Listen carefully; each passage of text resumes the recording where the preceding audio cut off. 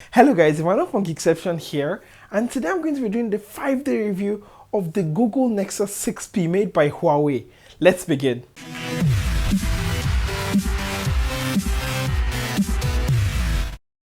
And welcome back guys. Now for basically those people who do not know or people who are new to this channel, my 5-day review is a review where I use the phone every single day for 5 days, and at the end of each of those days I shall be recording what I've observed by using the phone. And if you want to jump to certain days in this review, you can actually check down there in the description below for certain days. And today's the first day that I've been using the Nexus 6P, and the first thing I'm going to talk about is the build quality.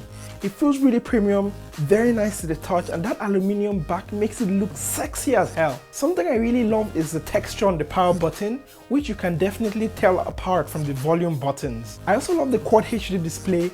It looks really crisp, well saturated, and watching videos and photos, even though it's just one day I've been using it, has been a joy. Something I also quite like is ambient display, where when the phone is set down on the table or on the bed, when you raise it up, it actually illuminates, showing only the clock, so you do not have to press the power button to see the time. I'm gonna do my full camera test later, I think day 3 or day 4, but I took a night shot yesterday before I started actually using the phone, and it looks really good. Also, the fingerprint scanner on this phone is one of the fastest I've ever used.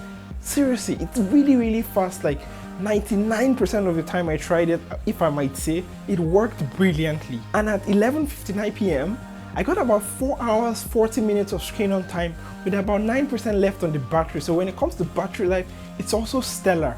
Also, it was on auto brightness. And today's the second day that I've been using the Google Nexus 6P. But something I do not like is the fact that the display white balance of this phone is on the warm side, so it kind of irks me a little bit. Another feature that is missing is double tap to wake, which is absent from the 6P. Now notably there's ambient display, but there are just sometimes when you just want to double tap your phone on the table and see the clock. This is more of an Android feature rather than the phone feature, but those is amazing. It managed to save a lot of battery life, and overnight I only lost about 2%. And consuming media has been a joy on the Quad HD display on the Nexus 6P. In fact, because of this phone, I've actually managed to watch so many YouTube videos in the past 2 days than I did previously. And unlike the Sony Xperia Z5, which I also have, the Nexus 6P does not get quite as hot to the touch, and that really makes me happy. And at 8:24 p.m. today, I had about 4 hours 20 minutes of screen on time with 10% left on the battery. So when it comes to battery life is pretty decent on the Nexus 6P, and oh yeah, it was using auto brightness. And today's the third day that I've been using the Google Nexus 6P, and I used the maps on the phone when I was out and about today, and I had no problem getting a location lock. And when it comes to performance, I've not had any problems whatsoever, as it has been a joy switching from one app to the other, virtually lag free. And a feature that the Nexus 6P has that I really love is those dual facing speakers. Now these speakers, I've tested them since the first day of this review and I've been blown away, but rather than like just describe it to you guys, I ran a test, so check it out.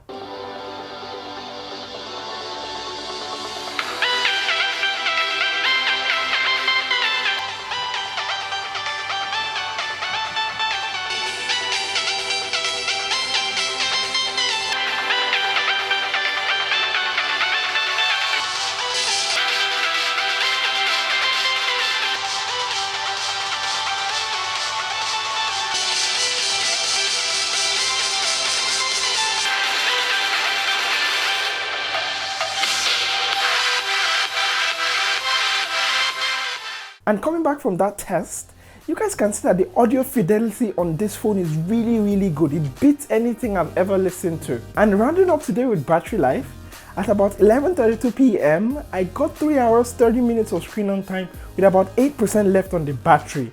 Now today I was out and about, I was using the GPS, I was using the camera to take photos and videos, but battery life I would still say is average. And today's the 4th day that I've been using the Nexus 6P.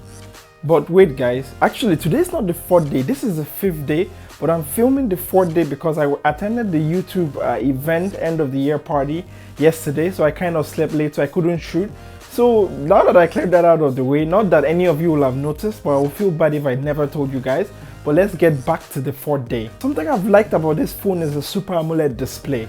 It looks really nice, especially with the darks being very dark. Colors pop out, and if you use a wallpaper, an appropriate wallpaper, it looks really nice. I've also been playing games with the phone since the first time I got it, and I've had no problems when it comes to lag, you know, even with graphically intensive games, because this has a top of the line processor, so when it comes to gaming, no problems there. And after playing games for about 30 minutes, I ran a temperature test, and the highest I got was about 33 degrees, which is not bad at all, which is actually really good. And at about 10:19 p.m, I got about 3.3 hours of screen on time with 3% left on the battery charge. And moving on to the last day of this review, which is day 5, I've been taking pictures from the first day that I got this phone, and I would say that looking at the pictures I've taken, they have good dynamic range, you know.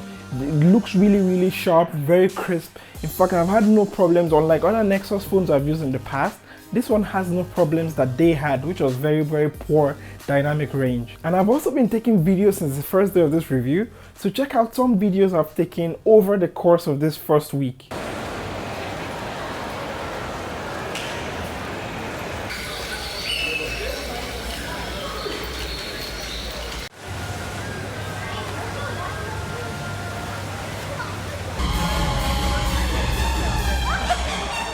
Nobody's gonna subscribe to you, man. No, sorry, no. Now it's cut for life, you know.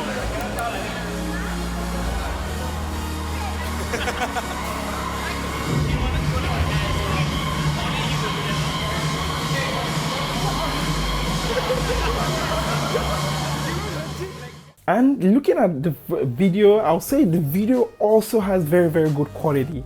But something I hate about the camera on the 6P is the fact that HDR plus, if you use it, which I put it on auto, so when it actually does work, it takes quite a while for it to process, but when it does process, it looks amazing. And as suggested by a viewer, like I think 2 videos ago, I've also been taking night photos with this phone, and it looks really good, like very low noise, very good detail, and I'm actually quite impressed that this is on a Nexus phone. Call quality I would say was average, not the best I've used, but I did not have to struggle to hear the other parties anyway. And at about 11:54 p.m. today, I did have 3 hours 30 minutes of screen on time with about 11% left, which I would say is also average. And that has been it for the first 5 days of using the Google Nexus 6P.